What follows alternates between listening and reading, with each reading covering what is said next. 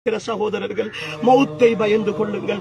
ஒரே ஒரு வசனம் உங்களுக்கு ஞாபகப்படுத்தி முடித்துக் கொள்கிறேன். அல்லாஹ் சொல்லுகிறான், இன்னா நஹ்னு நுஹ்யில் மௌதா வ நக்துபு மா கத்தமு வ ஆதாரஹும்.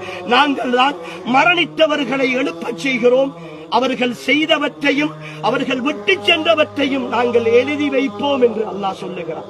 முகநூலில் நீங்கள் பதிவு செய்துவிட்டு யாரோ ஒருத்தனை பற்றி அவதூறு எழுதிவிட்டு அரசியலின் பெயரால் நையாண்டி செய்துவிட்டு மீம்ஸுகள் கிரியேட் பண்ணிவிட்டு ரீல்ஸுகள் போட்டுவிட்டு இசைகளையும் சினிமாக்களையும் போட்டு நீங்கள் கேவலப்படுத்திவிட்டு இந்த கபருக்குள் வந்தால் உங்களுடைய முகநூல் இருக்கிற காலமெல்லாம், அதை படிக்கிறவர்கள் படிக்கிற காலமெல்லாம், அது தொடர்ந்து வருகிற காலமெல்லாம் இந்த கபருக்குள் வேதனை செய்யப்பட்டுக் கொண்டே இருப்பீர்கள், தண்டிக்கப்பட்டுக் கொண்டே இருப்பீர்கள்.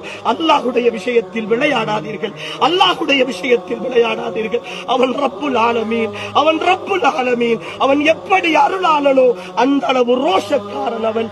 அவன் பிடித்தால் தாங்க முடியாது. என் சகோதரர்களே, அல்லாஹுவை பயந்து கொள்ளுங்கள். இந்த மௌத்தையும் நினைத்து பாருங்கள். இதோ எங்களோடு வாழ்ந்த ஒரு சகோதரர்